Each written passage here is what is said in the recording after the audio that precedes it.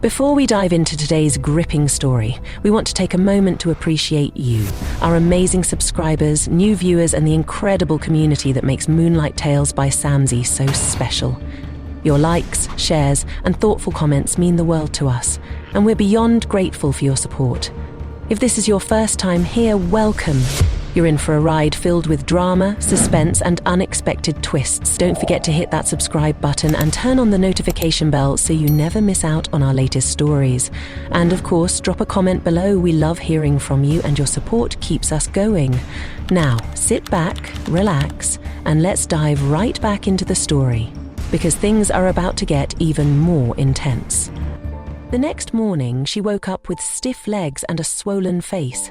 When she came out of the bathroom, she saw Paul sleeping on the bed, snoring softly, as if nothing had happened. He didn't look at her. He didn't ask how she felt. Diva walked slowly to the mirror and looked at her face. There was a red mark on her cheek and small cuts on her arms and legs. She gently cleaned the wounds and put on a long-sleeved shirt to cover them. Then, as usual, she went to the kitchen to make breakfast. She thought that maybe if she just obeyed, if she just quit her job like Paul wanted, he would stop being angry. Maybe things would go back to normal. Diva's heart was heavy as she sat at the kitchen table, staring at the glowing screen of her laptop. Her resignation letter was open in front of her. She had typed every word carefully. She wrote about a family emergency and how she needed to focus on her marriage and home. The letter sounded calm and polite, but inside Diva was torn. For months she had worked hard at her new job. It was a good job, one that paid her much more than Paul earned. At first, Paul was happy and proud of her, but as time went on, things changed. Paul's smiles became fewer. His warm words turned cold. His love seemed to disappear like morning mist. Diva's resignation was her way of trying to save her marriage. She hoped that if she stopped working, Paul's anger and jealousy would stop too. She believed that her sacrifice might bring back the happy times they once shared. When Diva finally clicked the send button, she felt a small flicker of hope. Maybe now, peace would return to their home. But that hope was short-lived. The next morning, Diva woke up early, preparing breakfast as quietly as she could. Her body still ached from the bruises and burns Paul had given her. She wrapped bandages carefully around her wounds. Her hands trembled a little, but she didn't want Paul to see her weakness. When Paul came into the kitchen, he looked at her with a strange expression, a mix of satisfaction and coldness. "Isn't it amazing how a slap can reset your brain?" he said with a sneer. "Looks like you've come back to your senses. You didn't go to work today, did you?" Diva's heart sank. She nodded quietly. "That's good," Paul said, smiling in a way that didn't reach his eyes. "Always obey me, and all will be well." He walked away, leaving Diva standing there, feeling smaller than ever. Days passed, but Paul did not change. If anything, he grew colder, more distant. Sometimes he didn't even look at her when she spoke. Other times, he was quick to anger over the smallest things. Diva tried to be patient. She told herself, maybe this is just a phase. Maybe he's stressed. Maybe things will get better soon. But the nights were long and lonely. She cried herself to sleep, wishing for the loving husband she once knew. One evening, Diva sat on the couch, her hands folded tightly in her lap. She watched Paul scroll on his phone, not even noticing her. She thought about the good times. How Paul used to hold her hand, gently, how they laughed together, how she felt safe in his arms. But those memories felt like a distant dream now. Diva wondered, did I do something wrong? Am I not enough? She remembered how she had begged him not to hit her, how she had hoped that love would change him, but nothing did. Her heart felt broken and tired. She wanted to tell someone about the pain she carried, her parents, a friend, anyone. But fear and shame kept her silent. She was trapped in a cage made of love and fear. Sometimes, Diva imagined what life would be like if she left. If she could be free. If she could smile again without fear. But the thought scared her too. What if she had nowhere to go? What if she failed? What if it got worse? So she stayed. She stayed because she still loved Paul, or maybe because she still hoped that love could save them. Diva had been feeling very sad for a long time. Every day she hoped things would get better with Paul, the man she loved and married, but every day he seemed angrier and colder. Diva remembered the first happy days they had together, when Paul smiled at her and made her feel like a princess. Now, those days felt very far away, like a story from a different life.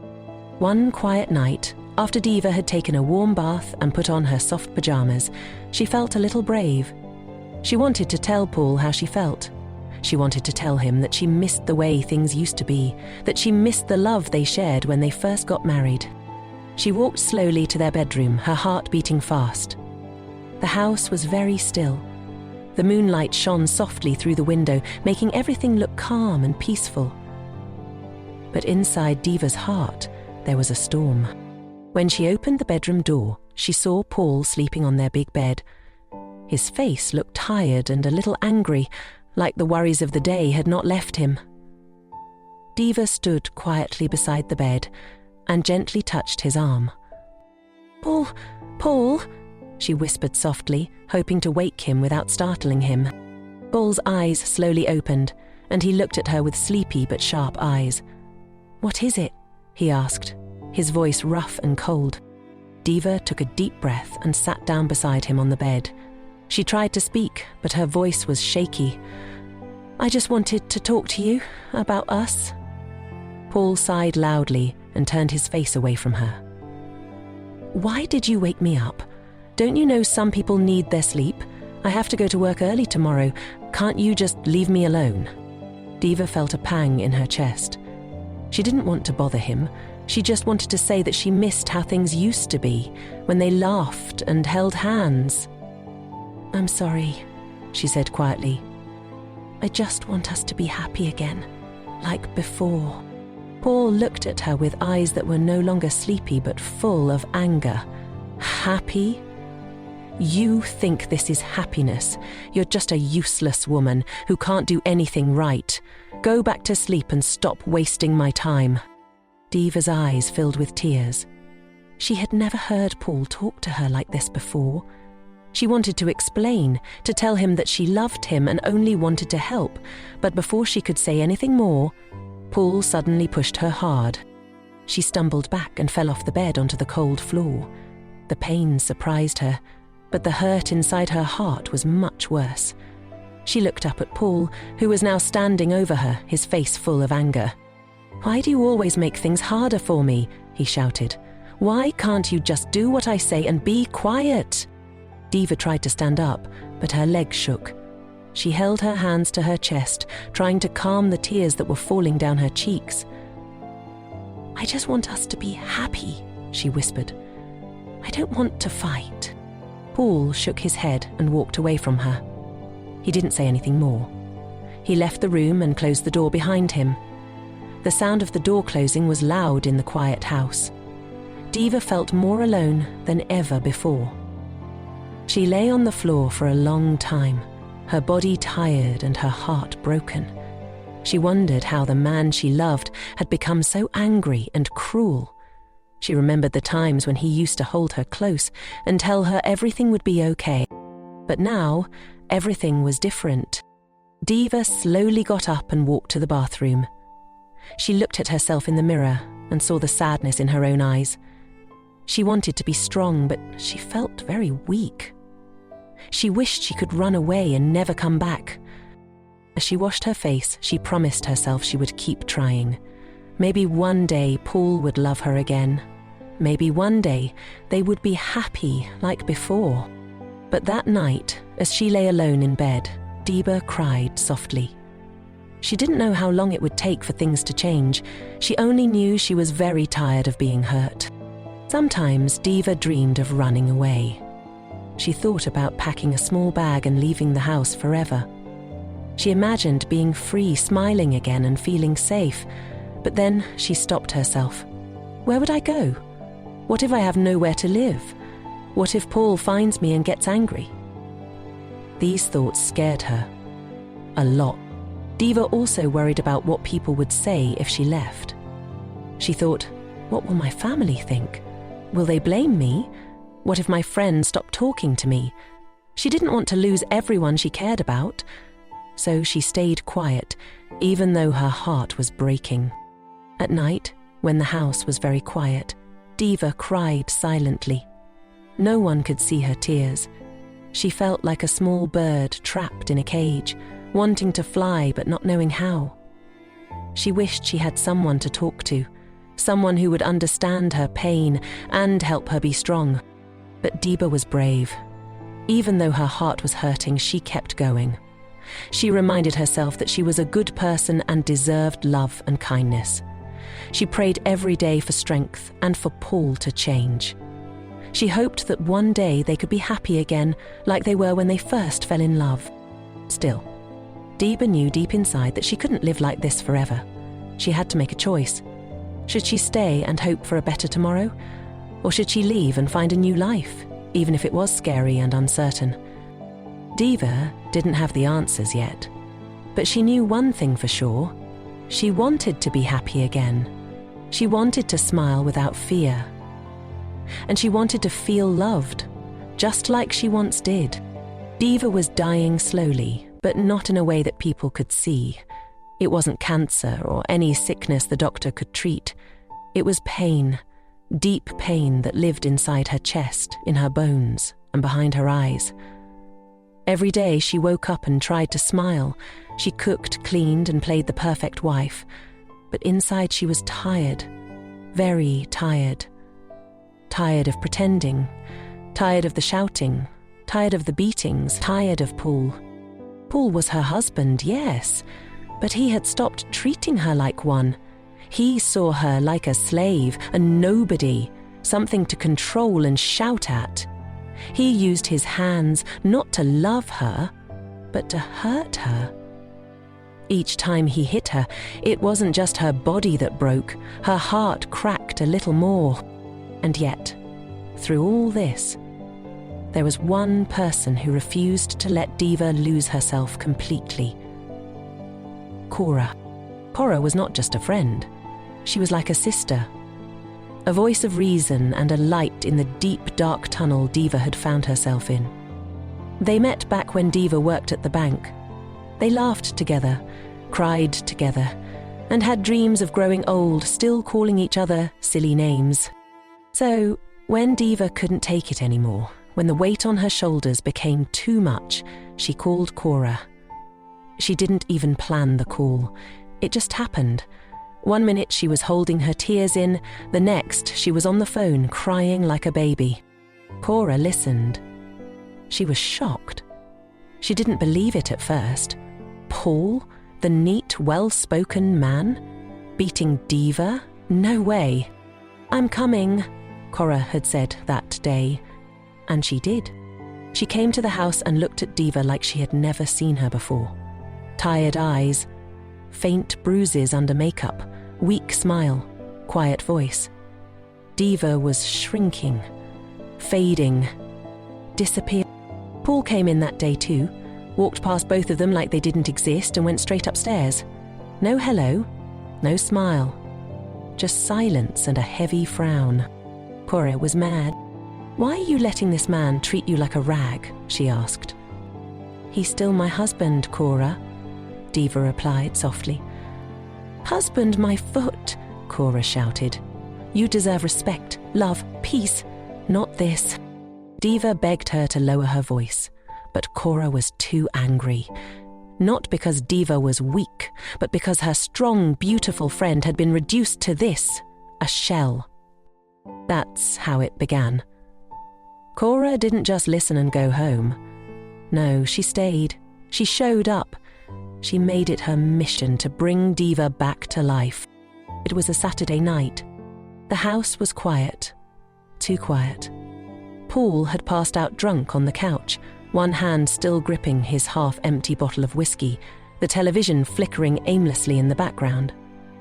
Diva stood in front of the bathroom mirror, her fingers trembling as she applied a light touch of powder to hide the swelling under her eye. She winced. That morning, he had thrown her against the wardrobe for breathing too loud.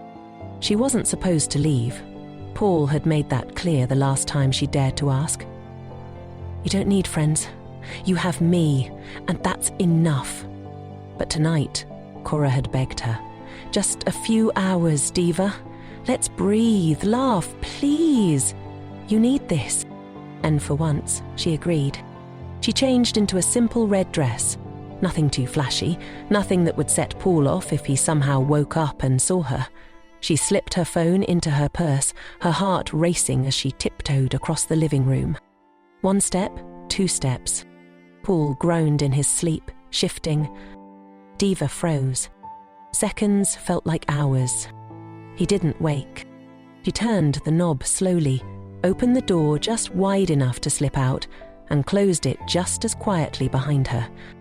Freedom. The night air hit her skin like a forgotten blessing. For the first time in weeks, she breathed without fear. Cora's car was already waiting at the junction, hazard lights blinking softly. Diva rushed in, shutting the door behind her, her hands still shaking. "You made it," Cora whispered, her eyes lighting up.